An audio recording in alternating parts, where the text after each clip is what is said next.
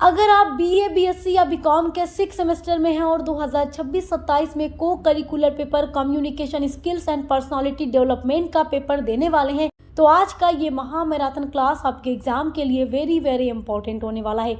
अभी तक अगर आपने अपने communication skills and personality development के लिए कोई भी तैयारी नहीं की है, तो मात्र ये एक वीडियो ऑल यूनिवर्सिटी के बच्चों के लिए इम्पोर्टेंट होगा, क्योंकि मैंने इसमें वो सारे इम्पोर्टेंट एमसीक्यूज कवर किए हैं जो लगातार आपके एग्जाम में रिपीट हो रहे हैं। तो चलिए वीडियो स्टार्ट करते हैं और आपके इम्पोर्टेंट एमसीक्यूज को देखते हैं। देखिए, आपका पहला इम्पोर्टेंट क्वेश्चन है, संचार का मुख्य उद्देश्य क्या है? तो संचार का मतलब होता है कम्युनिकेशन करना। तो संचार का मतलब क्या है? कम्युनिकेशन क्यों की जाती है? जानकारी साझा करने के लिए या जानकारी देने के लिए? तो ऑप्शन नंबर ए आपका राइट है। आपका नेक्स्ट वेरी इंपॉर्टेंट क्वेश्चन है, संचार की प्रक्रिया में सेंडर कौन होता है?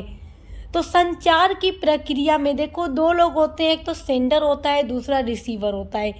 तो सेंडर कौन होगा? जो मैसेज को भेजने वाला होगा। तो संदेश भेजने वाला सेंडर होता है। ऑप्शन नंबर बी आपका राइट है।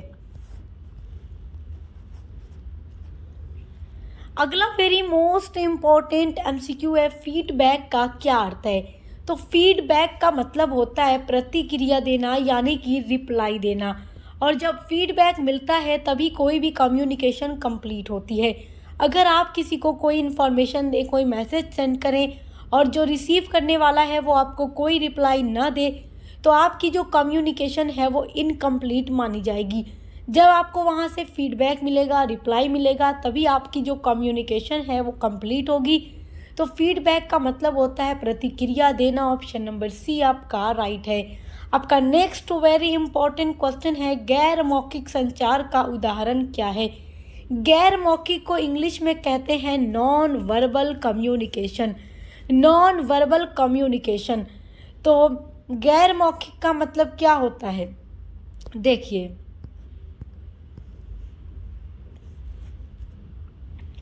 इशारे करना, जो बॉडी लैंग्वेज होती है वो नॉन वर्बल कम्युनिकेशन में आ जाएगी। तो ऑप्शन नंबर डी आपका राइट है, क्योंकि जब आप किसी से इशारा कर कर बात करेंगे तो वो आपकी हो जाएगी बॉडी लैंग्वेज। बॉडी लैंग्वेज हो जाएगी जो आपकी नॉन वर्बल कम्युनिकेशन हो जाएगी। अगला इम्पोर्टेंट एमसीक्यू आपका है, प्रभावी संचार के लिए क्या आवश्यक है? प्रभावी का मतलब होता है इफेक्टिव और संचार का मतलब होता है कम्युनिकेशन करना। तो प्रभावी संचार के लिए देखो, सबसे इम्पॉर्टेंट चीज़, आप पहले अपना ऑप्शन पढ़ो, स्पष्टता, भ्रम, जल्दीबाजी या गुस्सा। तो कोई भी कम्युनिकेशन इफेक्टिव तब होगी, अच्छी तब होगी जब उस कम्युनिकेशन में, उस बातचीत में क्लैरिटी हो, स्पष्टता हो, क्लियर हो। तो ऑप्शन नंबर ए आपका राइट है। अगला वेरी मोस्ट इम्पॉर्टेंट आपका एमसीक्यू है, देखिए, संचार में चैनल क्या होता है? तो माध्यम होता है। ऑप्शन नंबर डी आपका राइट है। अगला है, अच्छा संचार किसे कहते हैं? देखो, कोई भी संचार अगर स्पष्ट है और समझ में आ रहा है तो वो अच्छा होगा, क्योंकि बहुत लंबी कम्युनिकेशन भी अच्छी नहीं होती, जटिल भी अच्छी नहीं होती, तेज़ भी अच्छी नहीं होती। तो ये सब आपका रॉन्ग है। स्पष्ट और समझने योग्य जो संचार है वो अच्छा होता है। ऑप्शन ए आपका राइट है।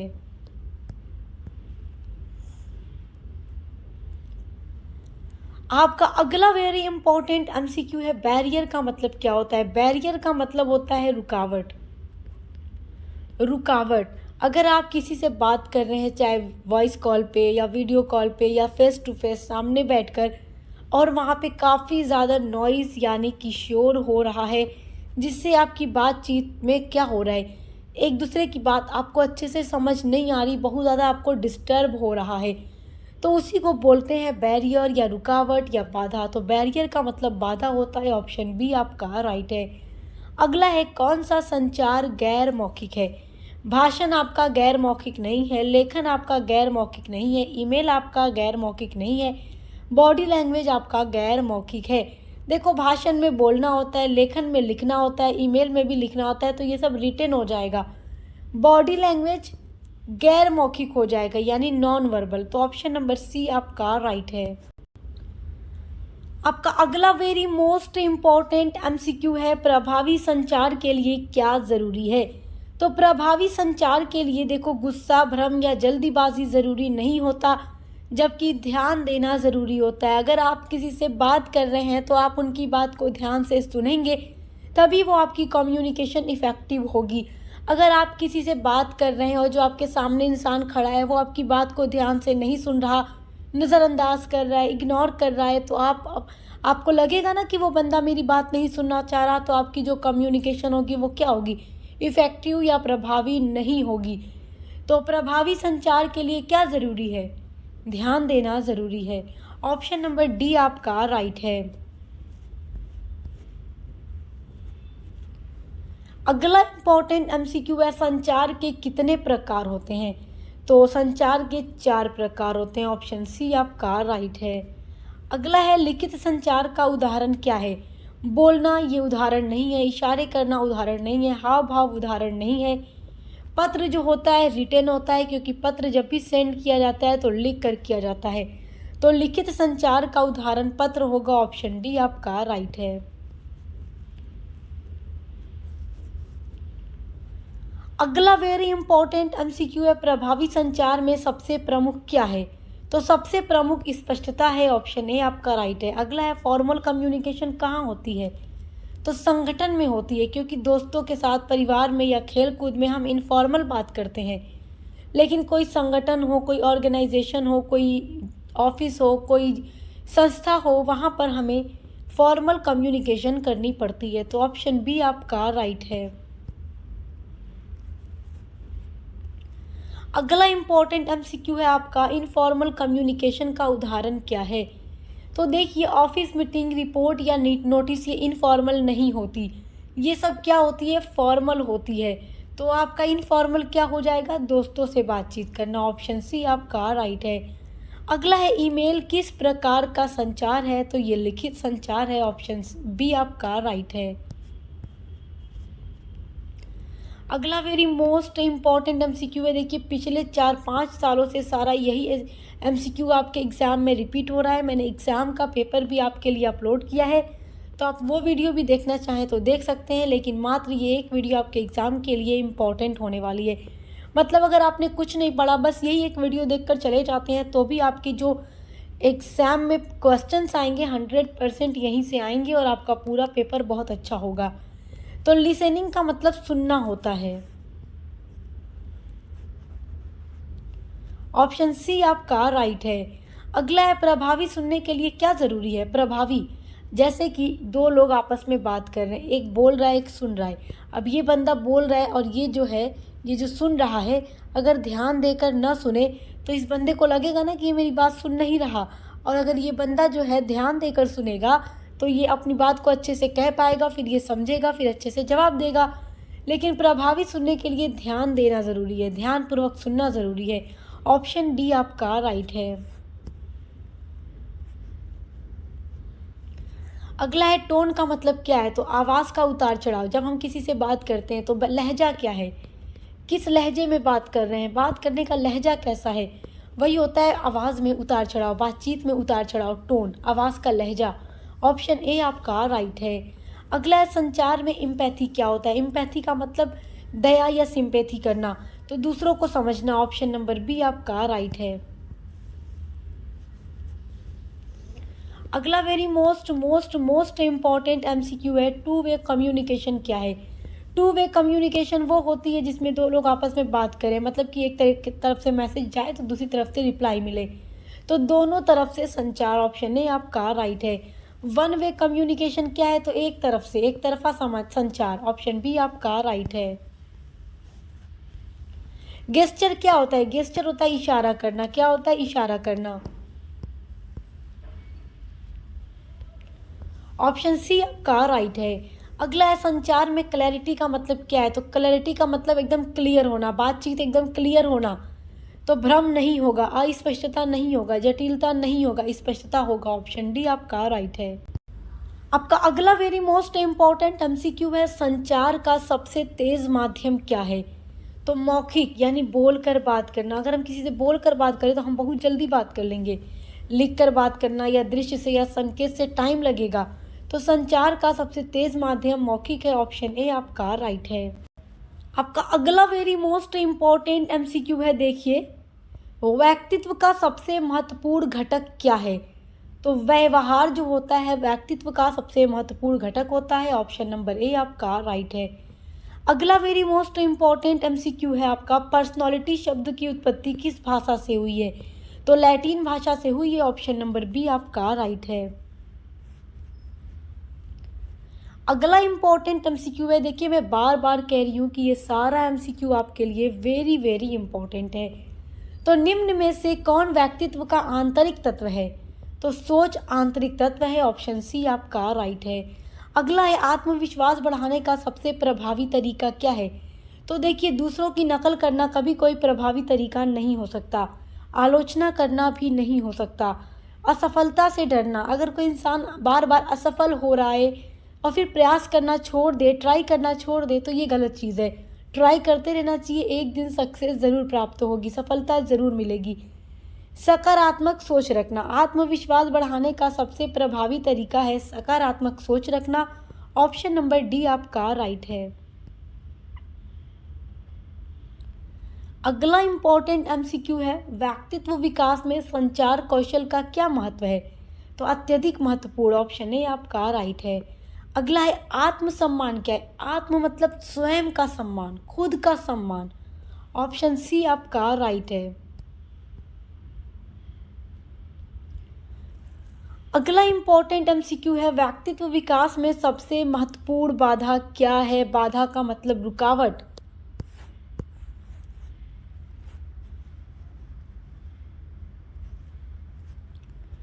नकारात्मक सोच हमेशा व्यक्तित्व विकास में बाधा होती है, इसलिए हमेशा पॉजिटिव रहना चाहिए और पॉजिटिव सोचना चाहिए। अगला है गोल सेटिंग का मुख्य उद्देश्य क्या है। गोल सेटिंग का मतलब दिशा देना। देखो जब आप अपनी दिशा एकदम बनाए रहोगे, गोल सेट किए रहोगे, आप उसी दिशा में काम करोगे, तो जब भी हम कोई अपना गोल बना लेते हैं फिर उसी हिसाब से हम काम करते हैं, तो हमें जो है सफलता होती है वो जल्दी ही मिल जाती है। क्योंकि जब हम लक्ष्य बनाकर अपना काम करेंगे कि मुझे वो लक्ष्य प्राप्त करना है, अपना टाइम मैनेजमेंट बनाएंगे, तो उस हिसाब से हम काम करेंगे, मेहनत करेंगे और सफल हो जाएंगे। ऑप्शन ए आपका राइट है। अच्छी आदत कैसे बनती है। तो लगातार अभ्यास करने से ही अच्छी आदत बनती है। आपका जो ऑप्शन नंबर बी है वो राइट है। अगला है व्यक्तित्व विकास में एटीट्यूड का क्या मतलब है। तो व्यक्तित्व विकास में एटीट्यूड का मतलब होता है ज्ञान, ऑप्शन नंबर सी आपका राइट है।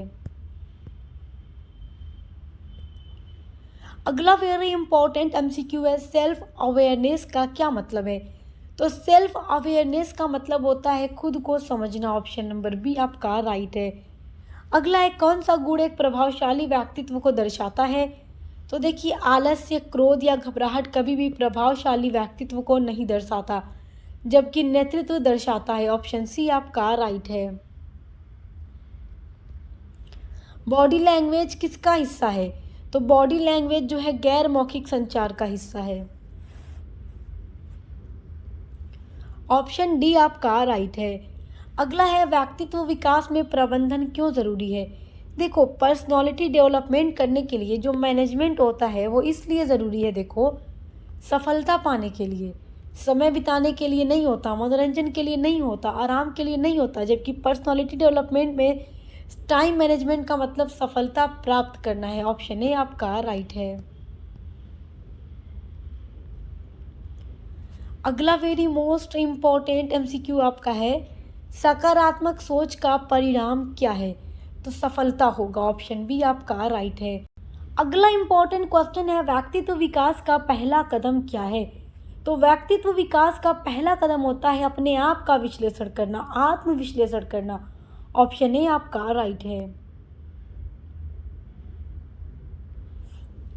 अगला है सफलता के लिए कौन सा गुण जरूरी है। तो अनुशासन जरूरी है, ऑप्शन बी आपका राइट है।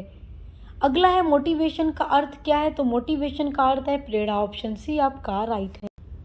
अगला इंपॉर्टेंट क्वेश्चन है, कौन सा गुण खराब व्यक्तित्व दर्शाता है। तो जो अहंकार है वो खराब व्यक्तित्व को दर्शाता है, ऑप्शन नंबर डी आपका राइट है।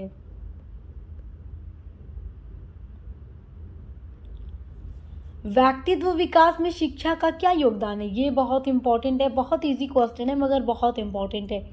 देखो, पर्सनालिटी डेवलपमेंट में शिक्षा का जो योगदान है वो बहुत महत्वपूर्ण है। ऑप्शन ए राइट है। अगला है, निम्न में से कौन आत्मनियंत्रण को दर्शाता है? तो आत्मनियंत्रण यानी अपने आप पर नियंत्रण जो है, भावनाओं पर नियंत्रण रखना। ऑप्शन नंबर डी आपका राइट है। अगला इंपॉर्टेंट क्वेश्चन है, प्रभावी व्यक्तित्व के लिए क्या ज़रूरी है? देखो, एक अच्छी पर्सनालिटी के लिए कॉन्फिडेंस होना ज़रूरी है अपने आप पर। तो आत्मविश्वास, अपने आप पर विश्वास होना चाहिए, अपने आप पर मतलब भरोसा होना चाहिए। ऑप्शन ए आपका राइट है। अगला है, तनाव को कम करने का सही तरीका क्या है? तो तनाव को कम करने का सही तरीका होता है ध्यान करना। ऑप्शन नंबर बी आपका राइट है। अगला इम्पॉर्टेंट एमसीक्यू है, नेतृत्व कौशल किससे जुड़ा है? तो ये निर्णय क्षमता से जुड़ा है। ऑप्शन सी आपका राइट है। अगला है, अच्छी संचार कला के लिए क्या ज़रूरी है? तो अच्छी संचार कला के लिए देखो, स्पष्ट यानी एकदम क्लियर बोलना ज़रूरी है ताकि बात एकदम अच्छे से समझ आ जाए। ऑप्शन नंबर डी आपका राइट है। सफलता का मूल मंत्र क्या है?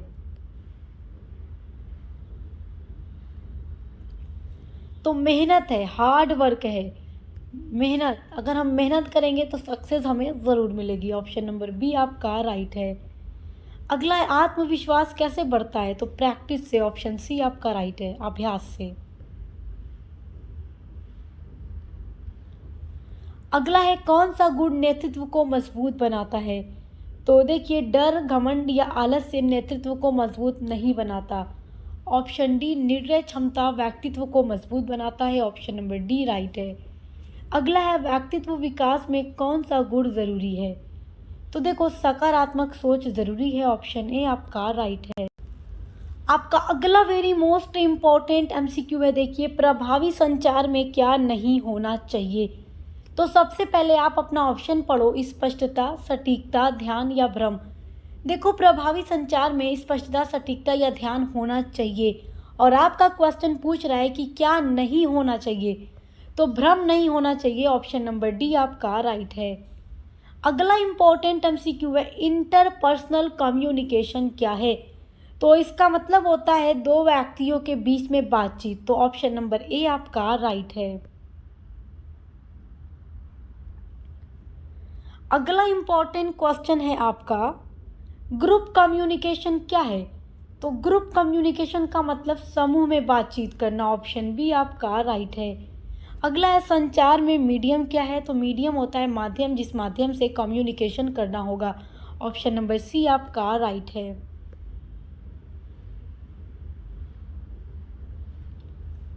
अगला है, इफेक्टिव कम्युनिकेशन का परिणाम क्या है? तो इफेक्टिव कम्युनिकेशन का परिणाम होता है समझ। ऑप्शन नंबर डी राइट है। यानी कि जब बातचीत हो रही है, कम्युनिकेशन हो रहा है, तो अच्छे से समझ में आ जाए, चाहे वो ग्रुप कम्युनिकेशन हो या बस दो लोग के बीच कम्युनिकेशन हो या बहुत सारे लोगों के बीच में कम्युनिकेशन हो, लेकिन अच्छे से समझ आ जाए तो वही उसका परिणाम है। ऑप्शन नंबर डी राइट है। अगला आपका इम्पोर्टेंट एमसीक्यू है, संचार का पहला चरण यानी पहला स्टेप क्या है? देखो, संचार का पहला चरण की अगर हम बात करें तो सबसे पहले तो माध्यम चूज करना होगा, किस माध्यम से बात करनी है। उसके बाद मैसेज होगा, फिर प्रतिक्रिया होगी। तो उस अकॉर्डिंग हमारा ऑप्शन नंबर डी राइट है। ठीक है, तो यहाँ पर डी राइट होगा, ऑप्शन नंबर डी।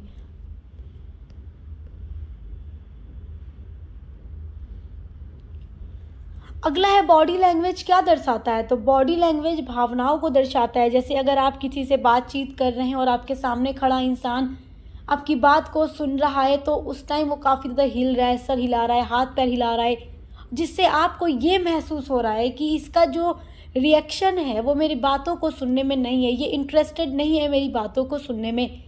तो बॉडी लैंग्वेज इंसान की भावनाओं को दर्शा देती है। ऑप्शन नंबर बी राइट है। अगला है, प्रभावी संचार के लिए क्या ज़रूरी है? एक अच्छी कम्युनिकेशन के लिए ज़रूरी होती है ईजी लैंग्वेज, ताकि हर इंसान को बात समझ में आ जाए। तो सरल भाषा, ऑप्शन नंबर ए आपका राइट है। अगला इंपॉर्टेंट क्वेश्चन है, मैसेज क्या होता है? मैसेज का मतलब होता है सूचना। और कोई भी कम्युनिकेशन की जाती है तो सूचना देने के लिए ही की जाती है, पर्पज़ यही होता है। ऑप्शन नंबर बी राइट है। अगला है, संचार में फीडबैक क्यों ज़रूरी है? तो समझ की पुष्टि के लिए। मान लीजिए कि आपको किसी ने मैसेज किया, आपके दोस्त ने, किसी काम से या किसी भी तरह, आपने बस मैसेज सीन किया और छोड़ दिया, कोई उस पर रिप्लाई नहीं दिया, तो आपका दोस्त जो होगा या आपकी दोस्त जो होगी उसको एकदम जैसे संतुष्टि नहीं होगी ना कि आप पता नहीं आपने क्या सोचा होगा, आपको क्या रिप्लाई देना है। तो इससे क्या होता है, कम्युनिकेशन अधूरी रह जाती है और जिस इंसान ने मैसेज किसी काम से किया होता है वो इसी इंतज़ार में रहता है कि उसका रिप्लाई आप देंगे, और आप नहीं देते हैं तो समझ नहीं आती, मतलब बात अधूरी रह जाती है, और बात जब अधूरी रह जाती है तो वो कम्युनिकेशन कभी इफ़ेक्टिव नहीं हो सकती। तो संचार में फीडबैक ज़रूरी होता है समझ की पुष्टि के लिए। ऑप्शन नंबर बी आपका, ऑप्शन नंबर सी आपका राइट है। आपका अगला वेरी मोस्ट इम्पॉर्टेंट एमसीक्यू है, देखिए, व्यक्तित्व विकास में धैर्य क्यों ज़रूरी है? तो धैर्य क्यों ज़रूरी है? देखो, धैर्य ज़रूरी होता है सफलता को पाने के लिए। ऑप्शन नंबर ए आपका राइट है। आप देख सकते हैं कितना इजी एमसीक्यू पूछा जा रहा है आपके एग्ज़ाम में। अगला है, असफलता से क्या सीख मिलती है? तो असफलता से हमें अनुभव मिलता है और फिर हमें पता चलता है कि हमने कहाँ गलती की जिस वजह से हम असफल हो गए, तो फिर आगे हम उन गलतियों को सुधारने की कोशिश करते हैं ताकि हमें सफलता मिल सके। तो ऑप्शन नंबर बी आपका राइट है। अगला क्वेश्चन है, आत्म प्रेरणा का स्रोत क्या है? This is very most important question. आत्म प्रेरणा का मतलब होता है खुद की इच्छा। ऑप्शन नंबर सी राइट है। अगला है, व्यक्तित्व विकास में सबसे महत्वपूर्ण क्या है?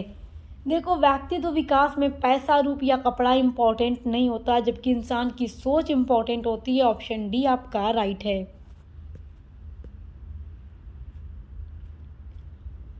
अगला इम्पोर्टेंट एमसीक्यू है, सकारात्मक व्यक्तित्व की पहचान क्या है? तो सकारात्मक यानी एकदम पॉजिटिव जो पर्सनालिटी होती है उसकी पहचान है आत्मविश्वास। ऑप्शन ए आपका राइट है। अगला है, समय का सही उपयोग क्या है? तो सही योजना बनाना, सही टाइम मैनेजमेंट करके काम करना समय का सही उपयोग है। ऑप्शन बी आपका राइट है। अगला वेरी इंपॉर्टेंट क्वेश्चन है, व्यक्तित्व का विकास, व्यक्तित्व का निर्माण किससे होता है? तो विचार और व्यवहार से होता है। ऑप्शन सी आपका राइट है। अगला है, आत्मनियंत्रण का लाभ क्या है? तो आत्मनियंत्रण का लाभ होगा, देखो, सफलता। ऑप्शन नंबर डी आपका राइट है। अगला वेरी इंपॉर्टेंट एमसीक्यू है, व्यक्तित्व विकास का मुख्य उद्देश्य क्या है? तो अपने पर्सनालिटी डेवलप करने के लिए सबसे मुख्य उद्देश्य होता है सफलता को प्राप्त करना। जब हम अपनी पर्सनालिटी को डेवलपमेंट कर लेंगे तो उससे क्या होगा, हमें हमारी जो मंजिल होगी, गोल होगा, वो हमें मिल जाएगा, क्योंकि हम जब पर्सनालिटी को डेवलपमेंट करेंगे तो टाइम मैनेजमेंट करेंगे, गोल सेट करेंगे, उस अकॉर्डिंग काम करेंगे तो सफलता अचीव कर लेंगे। ऑप्शन ए आपका राइट है। अगला है, कौन सा गुण सफलता में बाधा है? तो कौन सा गुण, यहाँ पर 4 ऑप्शन में से कौन सी ऐसी चीज़ है जो आपको सफल होने में रोकेगी? तो आलस्य। जब भी आपके अंदर आप लेज़ी हो जाओगे तो क्या होगा, अपना काम नहीं करोगे अच्छे से, जबकि मेहनत, अनुशासन, आत्मविश्वास सफलता की ओर हमें ले जाते हैं, लेकिन हमारा आलस्य हमें सफलता में बाधा ले आता है। तो ऑप्शन बी आपका राइट है।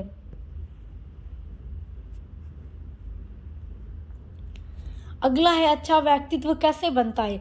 अच्छी पर्सनालिटी बनाने के लिए रेगुलर प्रयास करना चाहिए। ऑप्शन सी राइट है। अगला है, व्यक्तित्व विकास में सबसे ज़रूरी क्या है? तो आत्मविश्वास ज़रूरी है। Option D. सो स्टूडेंट्स, आज की वीडियो में जितना भी इम्पोर्टेंट एमसीक्यू मैंने आपको बताया है, आप इनको बहुत अच्छे से तैयार कर लीजिएगा, बिकॉज आपके एग्ज़ाम 2026-27 के लिए ये सारे एमसीक्यू इम्पॉर्टेंट हैं, तो आप इनको अच्छे से तैयार कर लीजिए। इसके अलावा जो एग्ज़ाम का पेपर मैंने अपलोड किया है, अगर आप वो देखना चाहें तो वो भी चैनल पर विजिट करके देख सकते हैं। मैं उसकी लिंक दे दूंगी आपको इसी वीडियो के डिस्क्रिप्शन बॉक्स में। अच्छे से पढ़ाई करते रहिए। Best of luck. हम मिलते हैं अगली वीडियो के साथ।